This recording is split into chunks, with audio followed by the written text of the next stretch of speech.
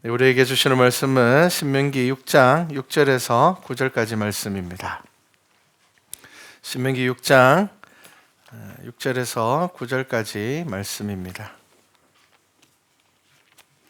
우리 한 목소리로 함께 성경 말씀을 봉독하도록 하겠습니다.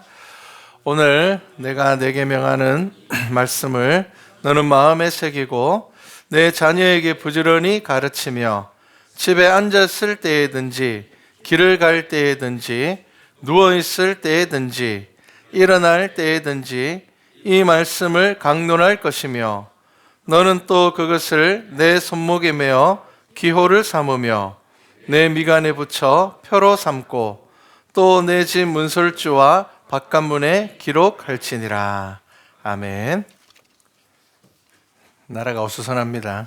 코로나 때문에 사람들 많은 곳에 안 간다고 인터넷으로 예배드리는 교회도 있다고 하는데 너무 두려워하지 마시고요. 또 때로는 우리가 담대하게 나가야 될 때가 있습니다. 두렵다고 해서 그 모든 문제들이 해결되지는 않습니다. 그리고 또 때로는 두려움 때문에 우리의 연약함을 파고 들어오는 어려움들을 겪을 때가 많습니다. 자, 오늘 말씀을 믿음의 힘이라 그렇게 말씀의 제목을 정했습니다. 신명기 6장 6절에서 9절 말씀은 우리가 잘 아는 말씀입니다. 외우시는 분들도 꽤 있을 것 같고요. 하나님께서 이스라엘 백성들에게 너희들이 이렇게 말씀을 지켜라, 이렇게 너희들이 하나님에 대한 신앙을 가져라 라고 말씀하시는 부분입니다. 오늘 말씀은 그냥 한마디로 이야기를 하면은 하나님의 말씀을 떠나지 말고 어릴 때부터 어떤 상황에서든지 아이들에게 말씀을 가르치고 말씀을 알게 해라, 이 말씀입니다. 오늘 말씀을 보면 어떻게 이야기를 합니까? 마음에 새기고, 그 다음에 두 번째가 뭐냐면요, 자녀에게 부지런히 가르치고. 나만 마음에 새기면 안 되고요, 자녀에게 부지런히 가르치라. 어떻게 가르쳐야 되느냐? 집에 앉았을 때든지 길을 갈 때든지 누워있을 때든지 일어날 때든지 이 말씀을 강론하며, 이렇게 이야기를 합니다. 자, 어떤 상황에서든지 하나님 말씀에 대한, 다른 사람들에게 하나님의 말씀을 이야기할 수 있는, 내 자녀에게 하나님의 말씀을 이야기할 수 있는 그런 마음을 가져야 된다는 겁니다. 그리고 또 어떻게 이야기합니까? 너는 또 그것을 내 손목에 메어 기호를 삼으며. 손목은 움직일 때마다 늘 눈에 띄는 곳입니다. 그리고 내 미간에 붙여서 표로 삼고, 또 내 집 문설주와 바깥문에 기록할지어다. 자, 사람은 문으로 출입을 합니다. 그러니까 이 말씀은 정말 우리에게 말씀에서 떠나면 안 돼라는 이야기를 하고 있습니다. 그러면 왜 그럴까?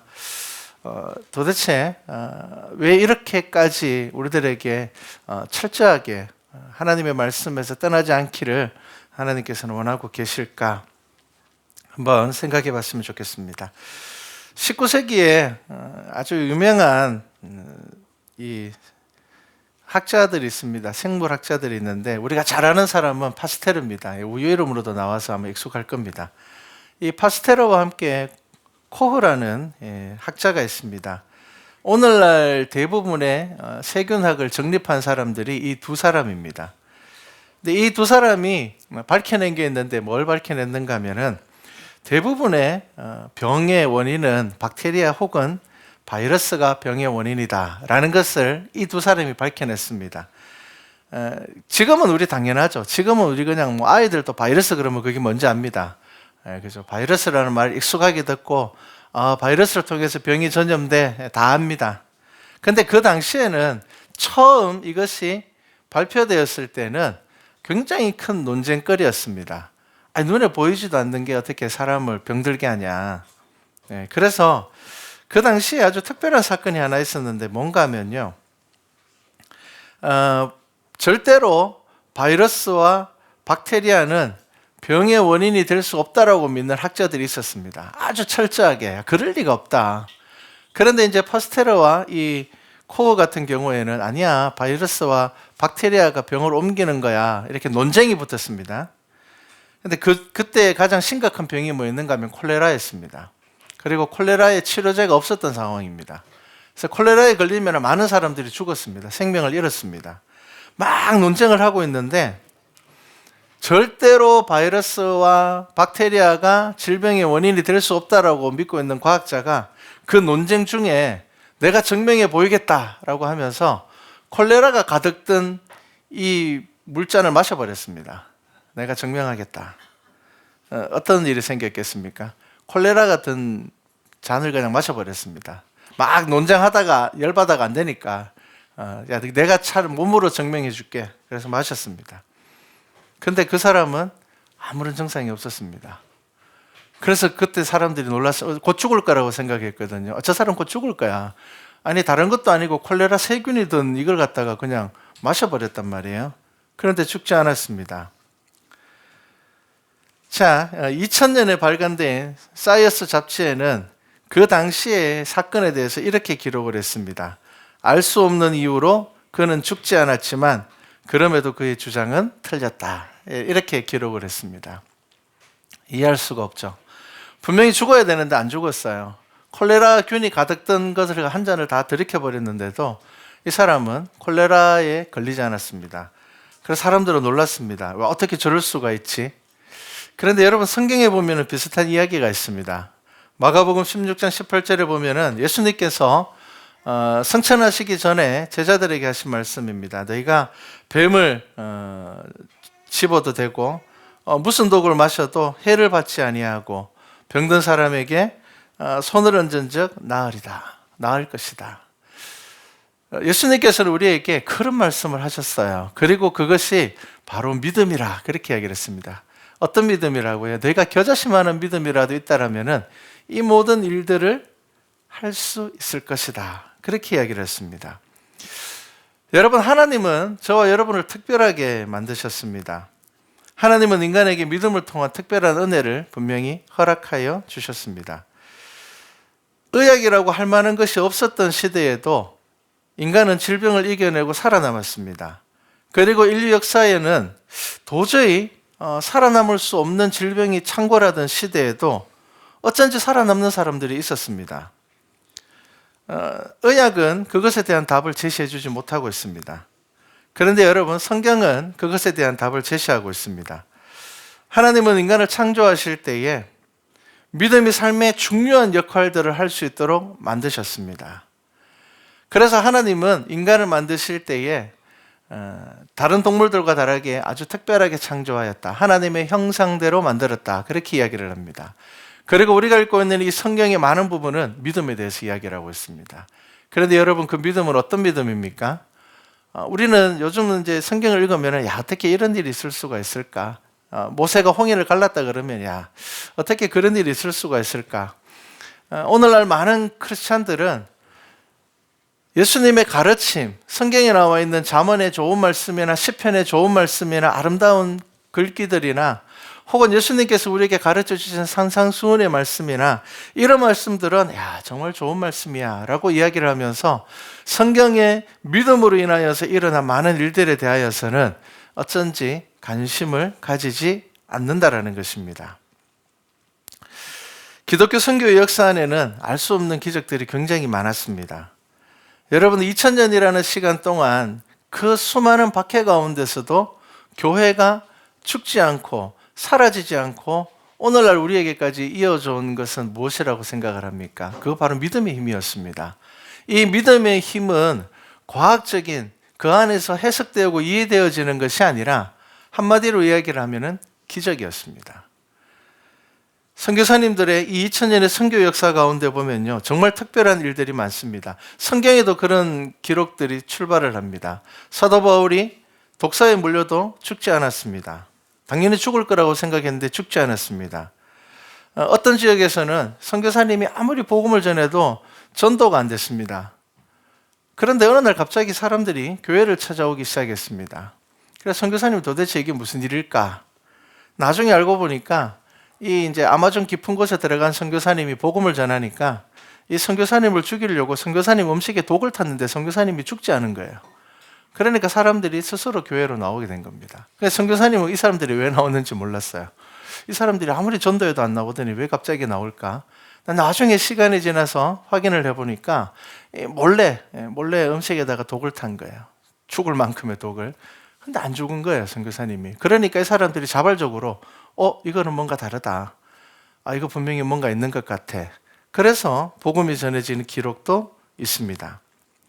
여러분, 우리는 너무 쉽게 우리의 어떤 능력과 우리의 한계를 제한해 버릴 때가 많습니다. 그런데 여러분, 성경에서 우리의 믿음은 모든 것을 할 수 있다, 그렇게 말씀하고 있습니다. 예수님께서는 뭐라고 이야기를 했습니까? 너희가 겨자씨만한 믿음이 있으면 이 산들을 저 산으로 바다에 들어가라고 해도 그렇게 할 수 있을 거야. 우리는 그것을 그냥 비유다, 그냥 믿음이라는 게 그만큼 큰 힘이 있다라는 걸 이야기하시는 거겠지라고 생각하고 그냥 지나가 버릴 때가 많습니다. 그런데 여러분, 성경에 기록되어 있는 말씀들은 그냥 비유로 그냥 무엇인가를 설명하기 위해서만 기록된 것은 아니라는 것을 분명히 아셔야 됩니다. 우리가 하나님을 믿을 때 그 하나님을 어떤 하나님이라고 이야기를 합니까? 우리는 전능하신 하나님이라고 고백하면서도 사실은 우리의 삶 가운데서 그 전능하신 하나님을 인정하지 않을 때가 더 많다라는 겁니다. 예수님께서 이야기하신 겨자씨만한 믿음이 어떤 믿음이겠습니까? 의심하지 않는 믿음이라, 그렇게 이야기를 합니다. 현대의학은 굉장히 많이 발전을 했지만 아직 의학으로도 밝혀지지 않은 수많은 일들이 일어나고 있습니다. 우리가 잘 아는 것처럼 HIV 바이러스가 에이즈를 일으킨다고 합니다. 그런데 의사들에게 아주 난제가 하나 생겼습니다. 뭐냐면 수십 년 동안 이 세균을 보균자로 있으면서도 에이즈를 앓지 않는 사람들이 꽤 많다라는 겁니다. 당연히 이 사람 몸속에는 에이즈균이 있으니까 에이즈라는 게 병으로 드러나야 되는데 드러나지 않는 사람들이 너무 많다라는 겁니다. 그것에 대해서는 설명할 수 없음, 이렇게 끝나버립니다.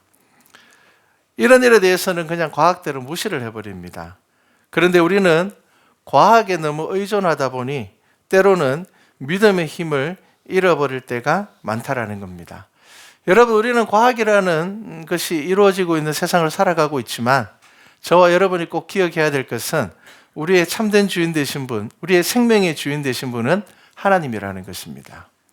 여러분, 그것이 여러분들에게 1차적으로 고백되어져야 할 것입니다.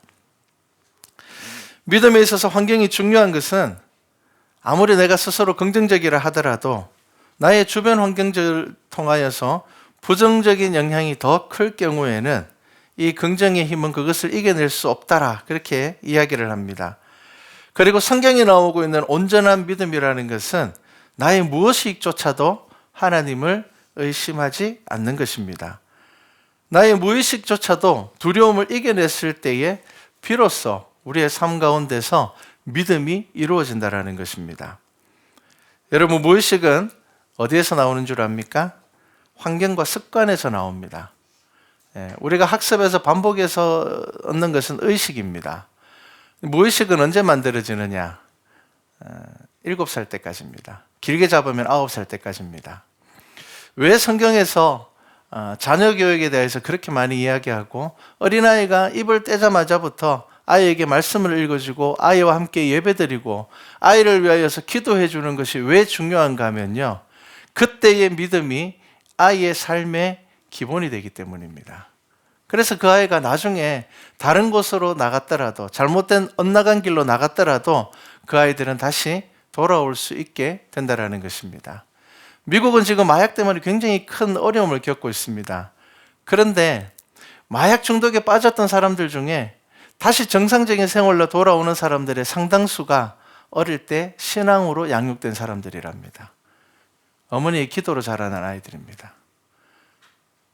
그 아이들이 어느 순간에 마약 중독에서 벗어났을 때에 가장 먼저 생각하게 되는 것이 믿음이고 신앙이고 하나님이라는 것입니다. 잠언 22장 6절에 보면 이런 말씀을 하고 있습니다. 마땅히 행할 길을 아이에게 가르치라. 그리하면 늙어도 그것을 떠나지 아니하리라. 아이에게 올바른 길을 가르치면은 아이가 잠시 어긋난 길로 갈 수 있고 잠시 잘못된 길로 빠질 수 있지만 결국에는 하나님을 생각하여 다시 돌아오게 된다라는 것입니다. 잠시 성경을 읽고 잠시 예배를 드리는 삶이 우리의 삶을 바꿀 수 있겠습니까? 여러분 그렇게 생각하시면 안 됩니다. 왜 신앙생활을 하는데 내 삶이 변화되지 않는가? 여러분 기억하셔야 됩니다. 잠시이기 때문입니다. 성경은 그렇게 신앙생활하라고 이야기하고 있지 않습니다. 우리가 정해진 공예배 시간은 일주일, 주일에 예배를 드리고 혹은 수요일에 예배를 드리고 새벽에도 기도회로 나아가고 있지만 성경은 우리에게 우리의 믿음 생활이 그렇게 잠시로 끝난다라고 이야기하고 있지는 않다라는 것입니다. 오늘 우리가 읽은 이 신명기 말씀처럼 무엇을 하든지 어디에 있든지 내가 어떤 삶을 살아가고 있든지 내가 출입하는 그 모든 곳에서 내가 말씀을 경험할 수 있어야 한다라는 것을 이야기를 합니다. 여러분 환경과 습관과 내 안의 분노를 절제하지 못하면 내 속에서 신앙의 삶의 갈등이 더 치열해지게 됩니다. 나 예수님 믿는데 나 왜 이렇지? 나 하나님 믿는데 내 삶을 왜 이렇지? 이것들이 쌓이다 보면요, 그것은 나중에 밀려오는 공허함이 되어서 나를 더 괴롭게 한다라는 것입니다. 부흥회 가서 말씀 듣고 막 은혜 받아서 막 할렐루야 그리고 집에 왔는데 치약 뚜껑 열린 거 보고 화가 치밀어 오른다라면은 이미 그것은 내 무의식 속에 있는 이 분노를 내가 이겨내지 못하고 있다라는 것입니다.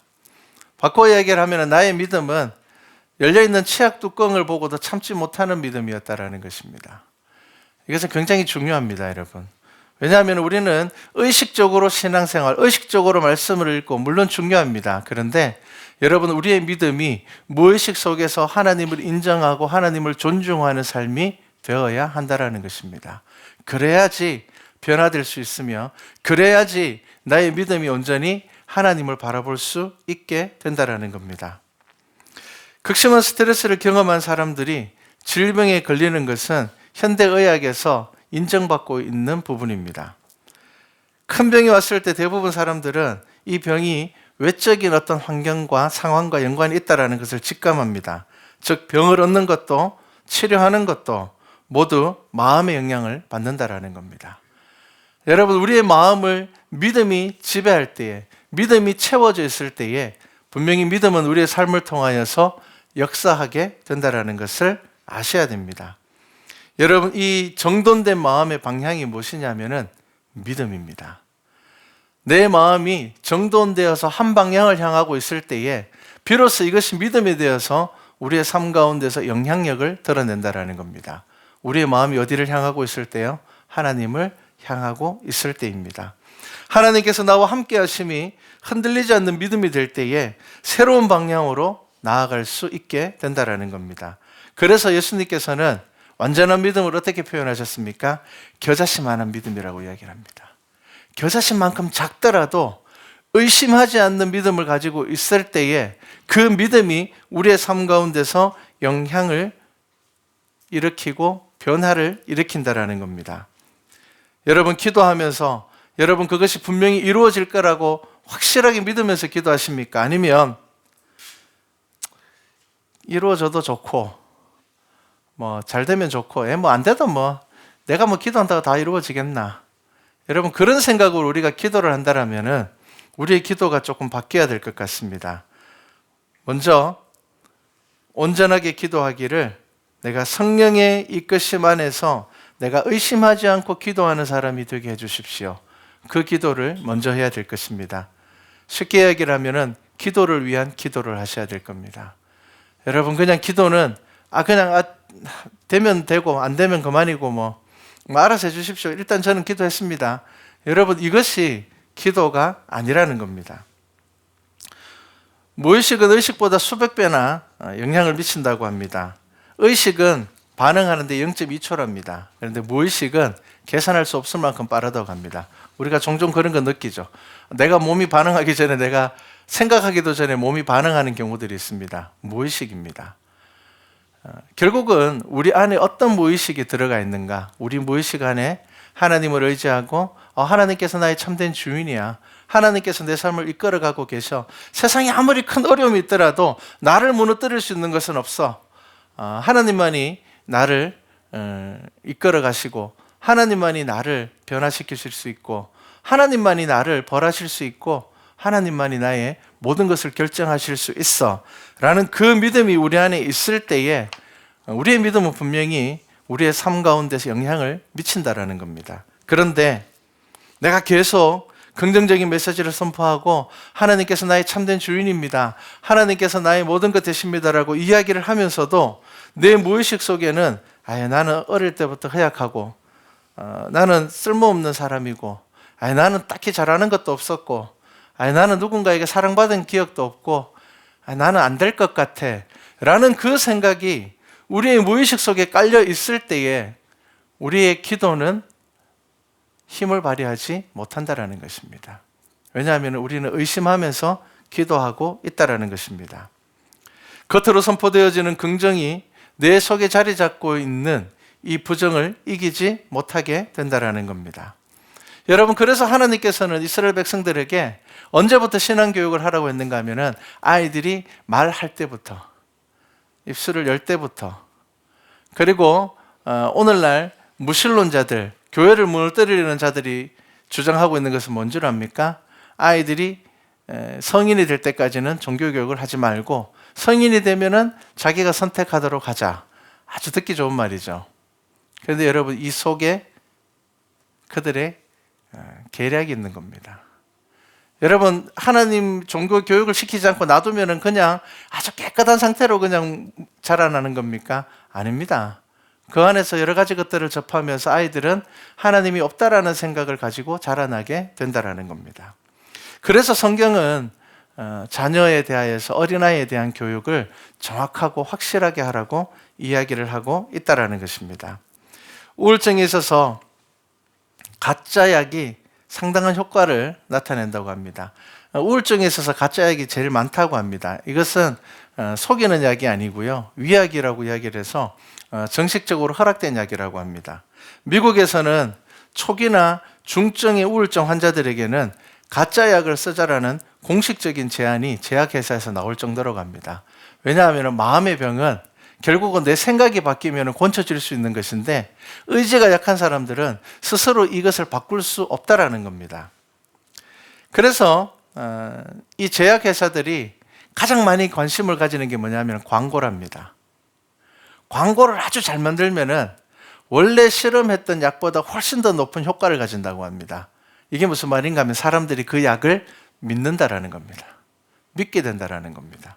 그래서 잘 만들어진 광고가 제약회사들에게 있어서는 가장 중요하다, 그렇게 이야기를 합니다. 제니스 솜페들이라는 여자분이 있는데 이분은 30년 동안 극심한 우울증 때문에 자살을 여러 번 시도했던 사람입니다. 그런데 어느 제약회사에서 아주 획기적인 약이 개발되었다고 해서 그분에게 약을 줬습니다. 그리고 이분이 이 약을 먹고 완전히 나아졌습니다. 30년 동안 자기를 괴롭히던 우울증에서 벗어났습니다. 그런데 알고 보니까 이 약이 위약 실험 중에 하나였습니다. 그분에게 지급된 약이 뭐냐면 설탕하고 단백질 섞은 약이었습니다. 밀가루를 섞은 약이었습니다. 그러니까 쉽게 얘기하면 약이 아니었습니다. 그런데 그 약을 먹고는 30년 동안 몇 번의 자살을 시도했던 우울증을 고쳤습니다. 어떻게 고칠 수 있었겠습니까? 믿음이었어요. 이 약이 새로 나온 약이래. 근데 이 약이 이때까지 나온 약 중에서 가장 강력한 약이래. 아주 믿을 만한 회사가 만든 약이래. 라는 그 생각이 그 사람으로 하여금 이 약을 먹으면은 나는 병을 고칠 수 있어 라는 의지를 줬다라는 겁니다. 그래서 고쳐지게 되었습니다. 나중에 이 약이 가짜라는 것을 알고는 깜짝 놀랐습니다. 어떻게 그럴 수가 있지? 그러면서 이 사람이 그런 생각했습니다. 결국 사람은 마음먹기에 달려있구나. 그것을 깨닫는데 굉장히 오래 걸렸다라는 겁니다.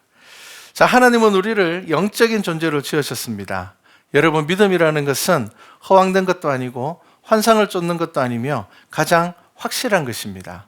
그래서 예수님께서 예수님 앞에 나온 사람들에게 뭐라고 이야기를 하셨습니까? 내 믿음대로 될지어다, 이렇게 얘기를 했습니다. 아무리 예수님을 만났다 하더라도 내 마음속에 불신과 믿지 않는 마음과 의심을 가지고 있을 때에는 내가 예수님을 대면하고 이야기하고 있다 하더라도 그것은 내 삶에 아무런 영향을 미치지 않게 된다는 것입니다. 그래서 예수님께서는 예수 그리스도를 믿는 저와 여러분들에게 거듭나기를 원하신다는 겁니다. 여러분, 거듭남이 뭡니까? 의심하지 않는 겁니다. 그래서 니고데모가 뭐라고 이야기를 합니까? 어머니 뱃속에 들어갔다 다시 나올 거예요. 이 말이 무슨 말입니까? 다시 어린아이가 되어서 하나님의 말씀을 배우고 내가 교육받을, 그래야지 내가 바뀔 수 있을 텐데 그럴까요? 라고 물어보는 겁니다. 자, 예수님께서 물 위로 걸어오셨고 베드로를 보고 물 위로 걸어오라고 이야기를 했습니다. 그때 베드로가 몇 발자국을 가다가 물에 빠졌습니다. 그때 예수님께서 믿음이 작은 자여 왜 의심하였느냐 이렇게 이야기를 합니다. 의심이라는 것이 그 마음속에 아주 조금 들어오고 나니까 뭐가 무너져 버렸다고요? 결국은 그 믿음이 무너져 버린 겁니다. 여전히 베드로는 예수님을 믿고 있습니다. 그래서 베드로가 물에 빠졌다고 해서 예수님 안 믿어, 이거 아니었습니다. 여전히 예수님을 믿고 있지만 우리의 믿음 가운데서 제하여야 될 것이 뭐냐면요, 아주 작지만 의심하는 것입니다. 설마 되겠나? 뭐 이런 일이 나한테 설마 일어나겠어? 다른 사람들에게는 일어날지 몰라도 그런 의심들이 우리의 믿음을 무너뜨리게 된다는 겁니다. 부활하신 예수님께서 제자들에게 나타났을 때 예수님께서 제자들에게 뭐라고 이야기를 하셨는 줄 압니까? 어찌하여 두려워하여 어찌하여 마음에 의심이 일어나느냐 이렇게 이야기를 합니다. 여러분, 우리 가운데 의심이 일어나는 것, 그 근본 중에 하나가 뭐냐면 두려움입니다. 두려움. 두려워하게 되면은 우리 가운데 의심이 일어나게 된다는 겁니다. 여러분, 세상을 두려워하고 환경을 두려워하게 되면은 우리의 믿음은 예수님 믿습니다 라고 이야기를 하지만 이 믿음은 영향력 없고 아무런 힘을 발휘하지 못하고 그냥 우리 속에 입술로 고백되어지는 그런 믿음이 될 수밖에 없다라는 것입니다. 자, 믿음은 모든 것을 할 수 있지만 이 믿음은 누구나 쉽게 가질 수 있는 것 아닙니다. 성령을 받고 거듭날 때에 비로소 가능한 것입니다. 그래서 여러분, 우리가 그리스도 안에서 올바른 믿음을 가지기를 원하신다라면은 여러분들의 습관을 바뀌고 그리고 환경을 바뀌어야 되고요. 무의식에서조차 나는 하나님의 자녀야, 하나님께서 나와 동행하고 있어 라는 것이 우리의 믿음 안에 그 삶으로 자리 잡을 때에 여러분, 그것이 온전한 믿음이 된다라는 것을 아셔야 됩니다. 여러분, 점검해 보시기 바랍니다. 기도하면서 의심하지 않으셨습니까? 혹시 이루어질지도 모르니까 이런 마음으로 기도하지 않으셨습니까? 내 모든 삶이 의심하지 않을 때에 말씀이 내 삶 가운데서 역사가 될 것입니다. 만약에 종종 우리가 사람들에게 야, 너 진짜 교회 다니는 사람 맞냐? 이런 이야기를 듣는다라면은 여러분, 우리의 믿음을 점검해 보셔야 한다라는 것입니다. 예수님께서 뭐라고 이야기를 하셨습니까? 할 수 있거든이 무슨 말이냐? 믿는 자에게는 능히 하지 못할 일이 없느니라. 그렇게 말씀하셨습니다. 예수님의 제자들도 그 말씀을 듣고 깨닫지 못했지만 부활하신 예수님을 만난 제자들은 예수님과 마찬가지로 능력의 사람들이 되었습니다. 어떻게 그럴 수 있었습니까? 더 이상 의심하지 않았다라는 겁니다. 왜? 부활하신 예수 그리스도를 만났기 때문입니다. 그래서 여러분, 우리들에게 있어서 가장 중요한 것은 부활의 신앙입니다. 1980년대까지는 사람들이 예수 믿는 사람들은 달라 이렇게 이야기를 했습니다.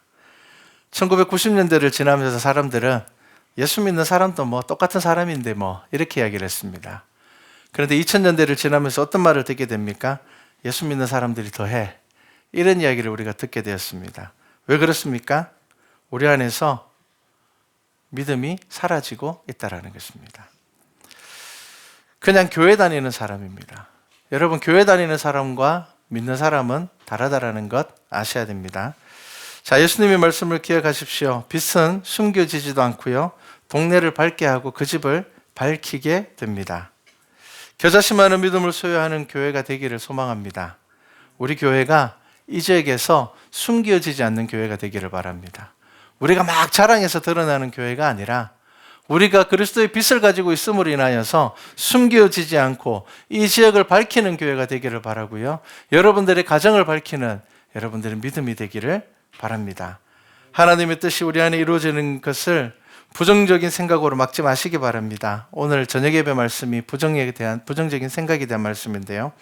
세상이 안 된다 해도 기적을 일으킨 것이 기독교 2000년의 역사라는 것을 기억하시기 바랍니다. 수많은 박해에도 교회는 믿음을 잃지 않았습니다. 일제강점기에도 공산주의자들 손에 목사님들이 죽어가면서도 믿음을 포기하지 않았습니다. 그리고 살아남은 것이 바로 교회이며 바로 복음입니다. 우리 말씀과 찬양교회가 이 지역에서 빛과 소금이 되기를, 숨겨지지 않는 교회가 되기를, 또한 여러분들도 여러분들의 삶의 자리에서 숨겨지지 않는 믿음의 사람이 되기를 주님의 이름으로 축복합니다.